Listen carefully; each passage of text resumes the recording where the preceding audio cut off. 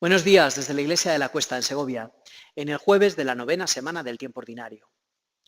Si ayer veíamos la tremenda distancia que había entre Jesús y los saduceos, hoy tenemos un ejemplo de cómo esa distancia no era tan grande en el caso de los fariseos. De hecho, Jesús tuvo entre sus discípulos a importantes fariseos, como Nicodemo, miembro del Sanedrín, que acudía a verle a escondidas por la noche.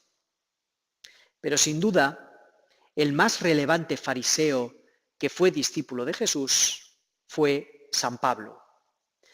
En los Hechos de los Apóstoles se muestra orgulloso de haber sido formado por Gamaliel, un prestigioso maestro fariseo, doctor en la ley.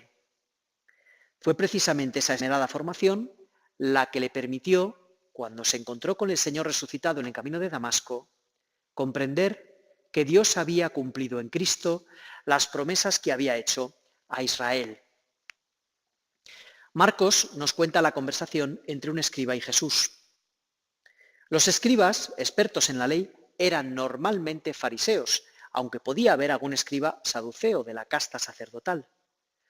Sin embargo, no debía ser este el caso, porque el escriba reafirma las palabras de Jesús, dando más importancia al cumplimiento de los mandamientos que a los sacrificios y holocaustos. Ante la pregunta de cuál es el mandamiento más importante, Jesús comienza citando el Shema, que es la profesión de fe del pueblo de Israel y el comienzo de la oración.